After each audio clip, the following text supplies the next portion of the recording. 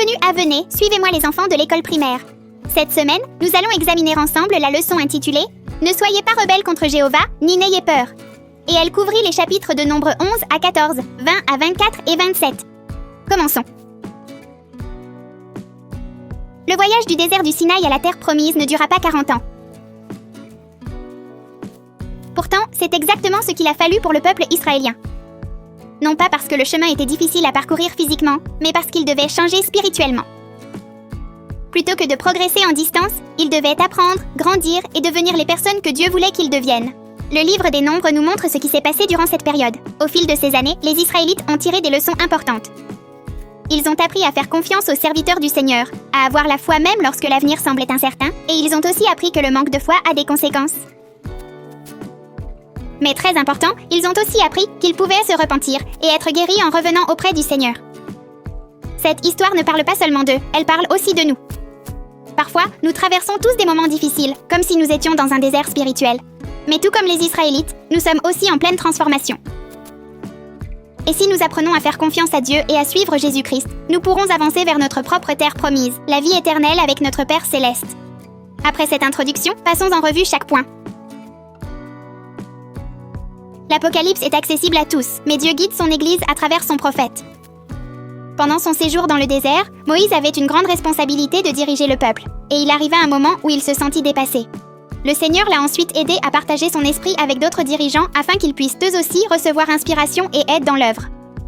Dans ce contexte, Moïse exprima un désir très particulier, que tout le peuple puisse recevoir la révélation de Dieu. Cela nous enseigne que le Seigneur souhaite que tous ses enfants puissent entendre sa voix et recevoir des conseils personnels pour leur vie. Cependant, nous apprenons aussi quelque chose d'important. Même si nous pouvons tous recevoir des révélations, cela ne signifie pas que nous avons tous la même responsabilité. À une autre époque, certaines personnes ont remis en question l'autorité de Moïse, et le Seigneur a clairement indiqué qu'il guidait son peuple par un prophète. Cela nous enseigne que la révélation personnelle est pour nous aider dans notre vie, mais que la direction de l'Église vient par des prophètes appelés par Dieu. Aujourd'hui, la même chose se produit. Chacun de nous peut prier, ressentir et recevoir des conseils du Saint-Esprit.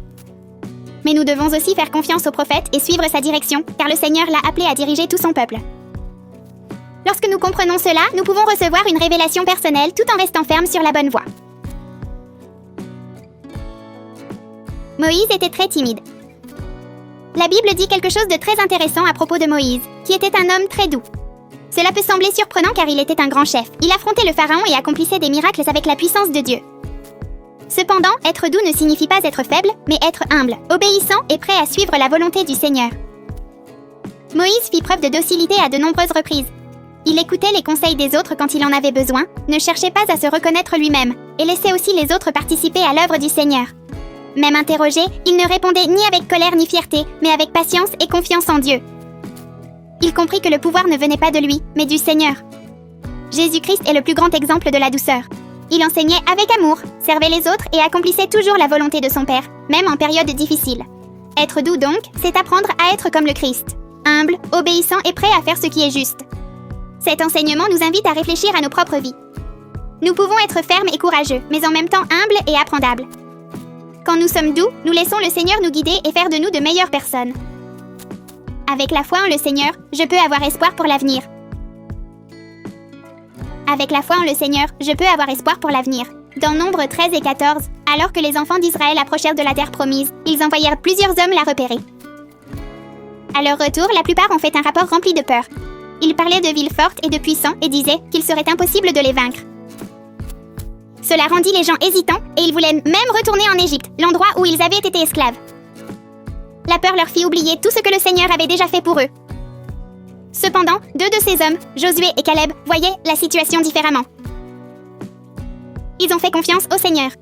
Caleb avait ce que les Écritures appellent un autre esprit, à savoir une attitude de foi, de courage et de confiance en Dieu.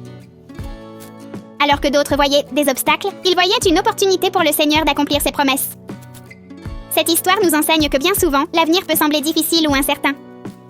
Nous pouvons ressentir la peur ou le doute comme le peuple d'Israël, mais nous pouvons aussi choisir d'avoir la foi comme Josué et Caleb et faire confiance au Seigneur qui nous aidera. Si je regarde Jésus-Christ dans la foi, il peut me guérir spirituellement. À une occasion, alors que les enfants d'Israël traversèrent le désert, ils ont commencé à se plaindre et à perdre la foi. En conséquence, des serpents venimeux sont arrivés et ont mordu la population, et beaucoup sont tombés malades. Puis le Seigneur donna une solution simple. Il ordonna à Moïse de fabriquer un serpent de laiton et de le hisser, et tous ceux qui le regardaient avec foi seraient guéris.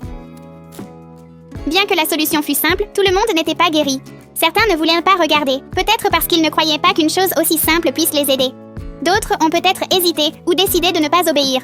Cependant, ceux qui regardaient avec foi furent guéris. Les prophètes ont enseigné que cette histoire pointe vers Jésus-Christ. Tout comme le serpent a été soulevé, Jésus-Christ serait ressuscité pour nous sauver. Les morsures représentent le péché et ses effets, et regarder le serpent représente placer notre foi en Christ. Aujourd'hui, nous sommes aussi invités à regarder vers Jésus-Christ.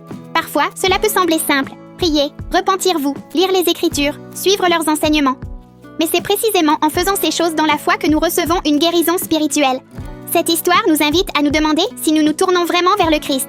Lui, faisons-nous confiance lorsque nous rencontrons des difficultés? Suivons-nous sa voie, même quand elle semble simple?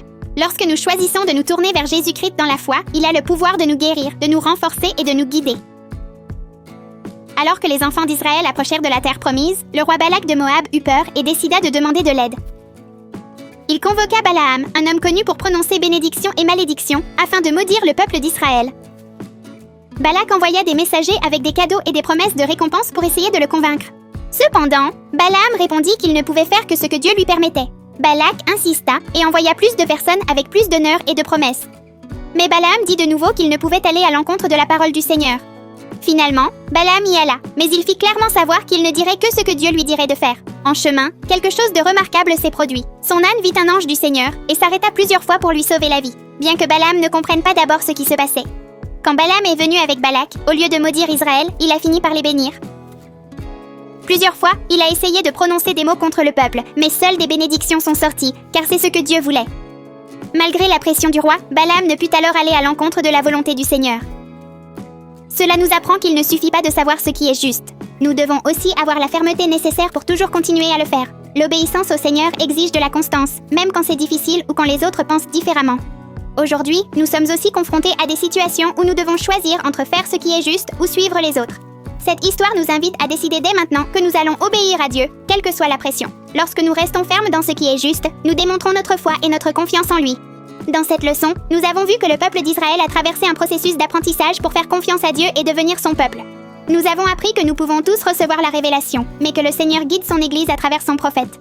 Nous avons aussi vu l'exemple de la douceur, l'importance d'avoir la foi même lorsque l'avenir semble difficile, et que regarder Jésus-Christ avec foi nous apporte la guérison. Enfin, nous avons appris que nous devons obéir fermement à Dieu, même lorsque d'autres essaient d'influencer nos décisions. C'était la classe de la semaine. Restez pour le quiz. Testons ce que tu sais. Pourquoi a-t-il fallu tant d'années au peuple d'Israël pour atteindre la terre promise? A. Parce que la route était très longue. B. Parce qu'ils étaient perdus. C. Parce qu'ils avaient besoin de changer spirituellement. D. Parce qu'ils n'avaient pas de carte.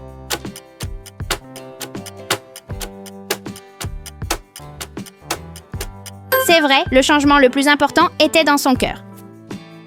Quelle qualité particulière Moïse avait-il selon les Écritures? A. C'était très fort. B. Il était très docile. C. Il était très riche. D. C'était très rapide.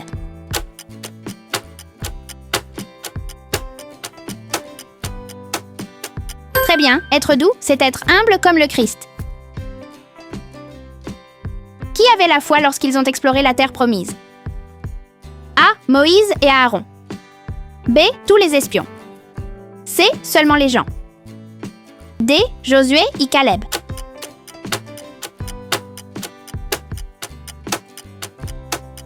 C'est vrai, ils faisaient confiance au Seigneur sans crainte. Que devaient faire les Israélites pour être guéris des serpents? A. Cours. B. Se cacher. C. Regarde le serpent de bronze avec foi. D. Bois de l'eau.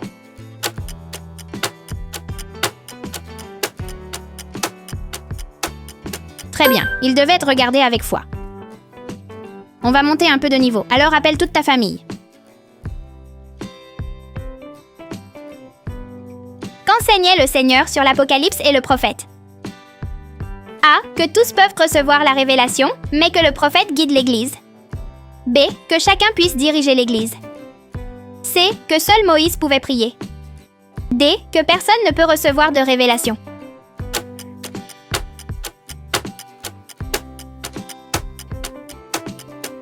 Très bien, Dieu guide son peuple par des prophètes. Que fit Balaam lorsque le roi Balak lui demanda de maudire Israël? A. Il les maudissait. B. S'est enfui. C. Il resta silencieux.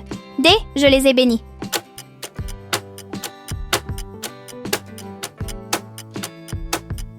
Très bien, il a juste dit ce que Dieu lui a commandé. Combien en as-tu bien pris? Dites-le nous dans les commentaires. Bienvenue dans cette section de Apprendre à dessiner.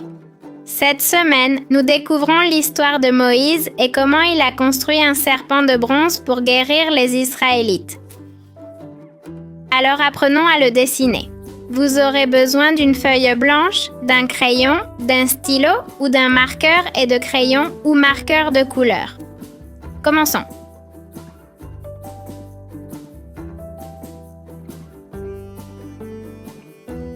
Commençons par retracer la forme de Moïse.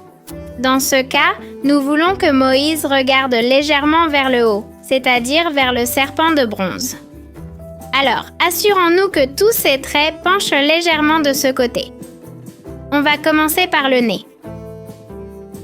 Nous allons faire une forme comme la lettre L. De chaque côté, on va mettre ses yeux comme 2 points. On va mettre ses sourcils.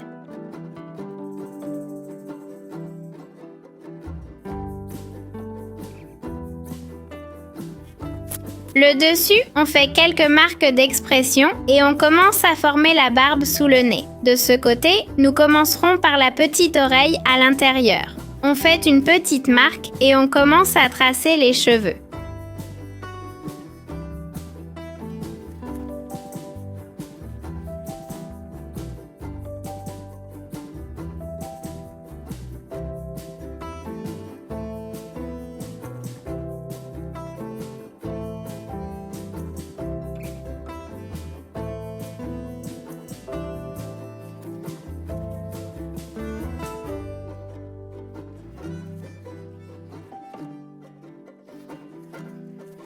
Fermons cette ligne.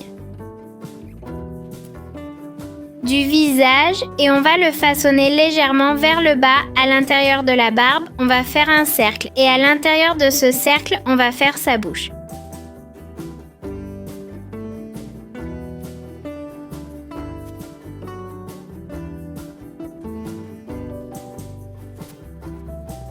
Dans ce cas, elle sera ouverte, comme surprise. Nous allons baisser son cou et le refermer avec cette courbe.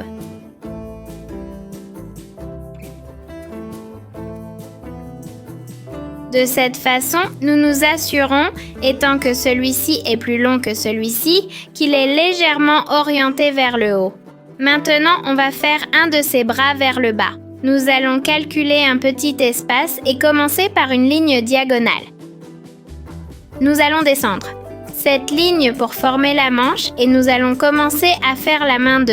De ce côté, nous ferons un pouce et la main doit tenir la tige. Nous allons donc laisser un espace qui deviendra plus tard la tige où voilà le serpent. Et de ce côté, nous ferons les doigts qui nous manquent. Et maintenant, fermons la forme de la main dans la manche. Pour finir, de ce côté, nous allons faire l'épaule vers le bas, puis nous allons attache la manche qu'on avait ici.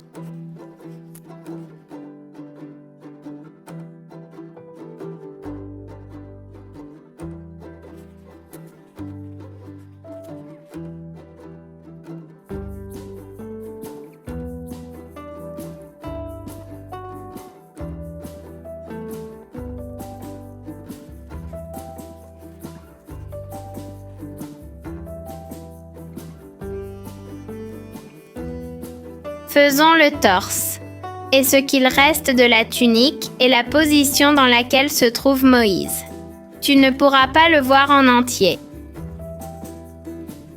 Donc, il suffit de faire une ligne droite ici et encore une. De ce côté, sans passer à travers notre manche, tu peux mettre peut-être un gilet ou quelque chose du genre, des détails tels que les coutures.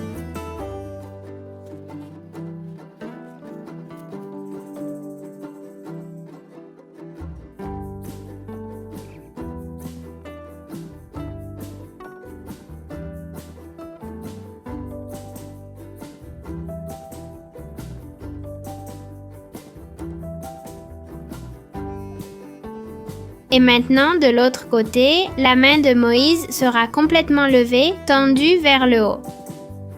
Pour cela, il est nécessaire d'utiliser votre crayon. Le crayon nous aidera à faire un guide pour le bâton. Cette tige aura la forme d'une croix et nous allons déterminer sa largeur par la taille que nous avons déjà tracée sur la main de Moïse. Essayons donc de la rendre aussi droite que possible.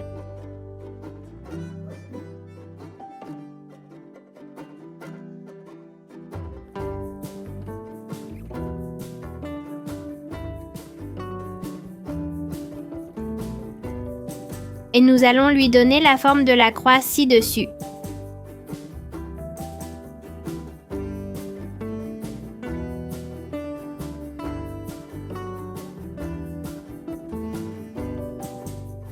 Comme il est tracé au crayon, cela facilitera grandement la suite du dessin.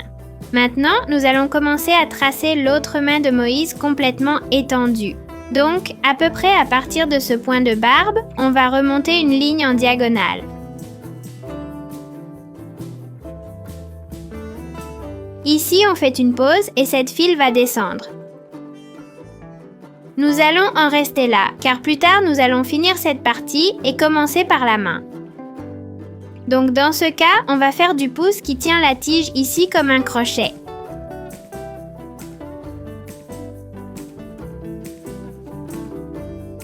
Et les autres doigts ne montreront qu'une partie de ce côté. Nous allons fermer ces doigts et c'est jusqu'à ce que nous fassions une pause, car nous allons commencer par le serpent. À peu près là où on dessine notre croix, dans cette partie ici, on va commencer la tête, qui va avoir cette forme, une forme ovale.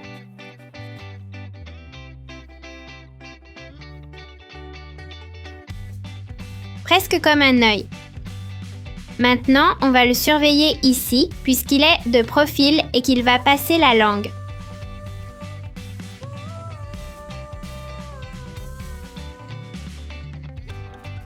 Tu pourrais peut-être y mettre un sourcil pour lui donner plus de détails. Et puis, à partir de cette petite tête, nous allons commencer à former notre serpent ou le corps du serpent. Mais il faut être très attentif, car il y a des parties qu'il traversera et d'autres qu'il ne passera pas. Alors,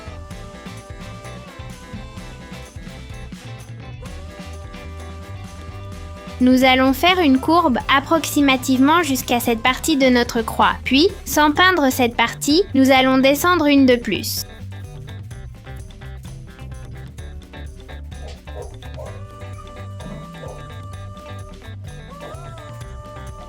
Maintenant, il faut dupliquer cette forme. Rappelez-vous, nous faisons une pause ici. Il manque presque de toucher la main de Moïse. Nous faisons une pause à nouveau et reprenons cette courbe. Jusqu'à présent, nous faisons une pause à nouveau et reproduisons cette forme. Et maintenant, il ne nous reste plus qu'à faire une queue. Nous faisons une pause une dernière fois et reprenons de ce côté.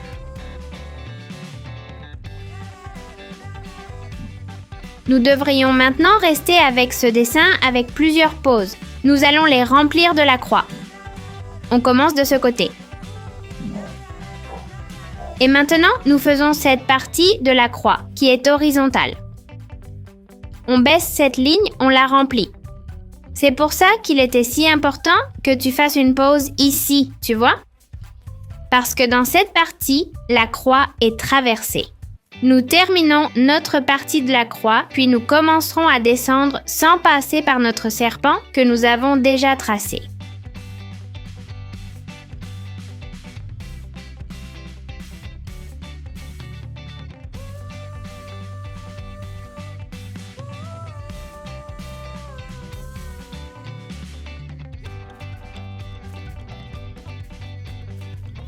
Il ne nous reste plus que cet espace et nous allons finir la manche de Moïse, celle qui est ici.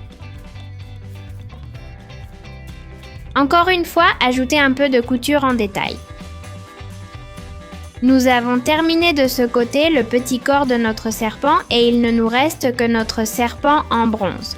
Ensuite, il faut faire très attention à effacer le crayon que vous avez déjà tracé. Nous devons le faire de manière très douce car vous pourriez abîmer tout le dessin. Donc, avec beaucoup de patience, nous allons supprimer.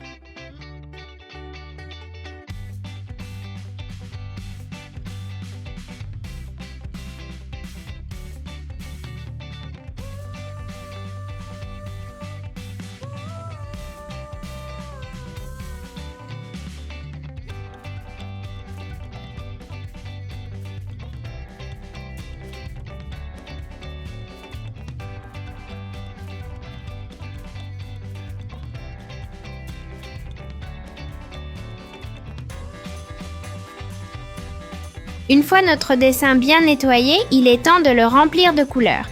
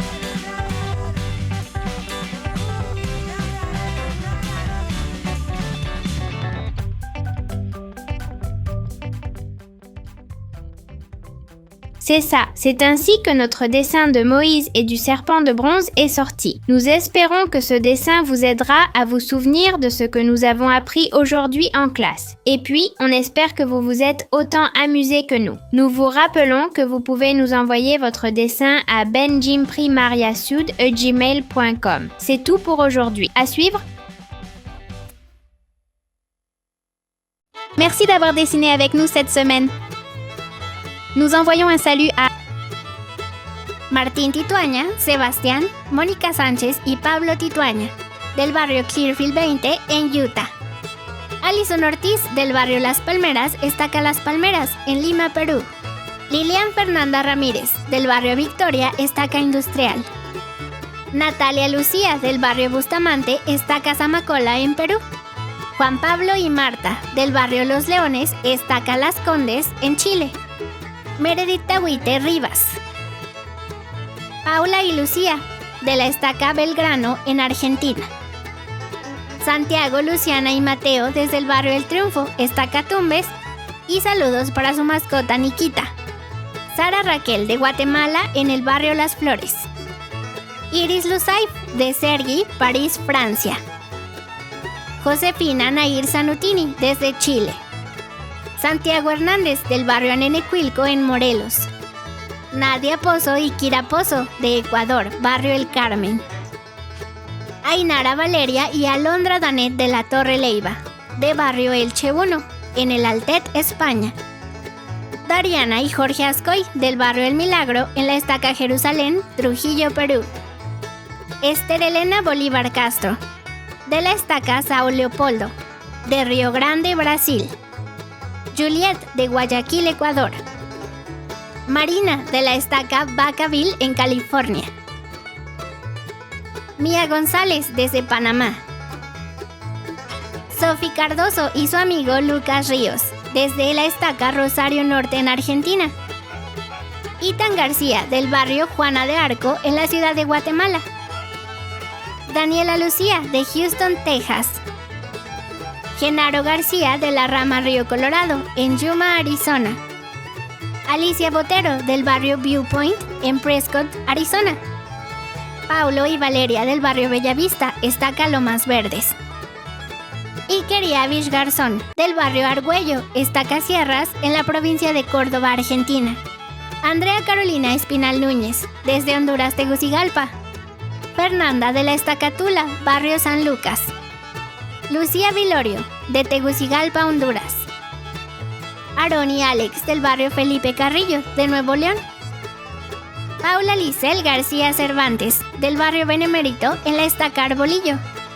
Antonio y Alejandro Fuero Zárate de la rama Huancavelica en Perú. Paula desde Gilbert, Arizona. Aarón Sandoval de Utah. Sabrina Raful del barrio La Paz en la Estaca Santo Domingo Central en República Dominicana.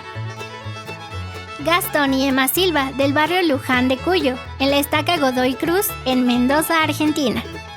Paulo y Valeria del barrio Bellavista de la Estaca Lomas Verdes en México. Limna Elizabeth Laureano del barrio Cuculcán en la Estaca Mérida, México. A los niños del barrio Enace Piura en Perú. Y a su maestra Dalia Alvarado.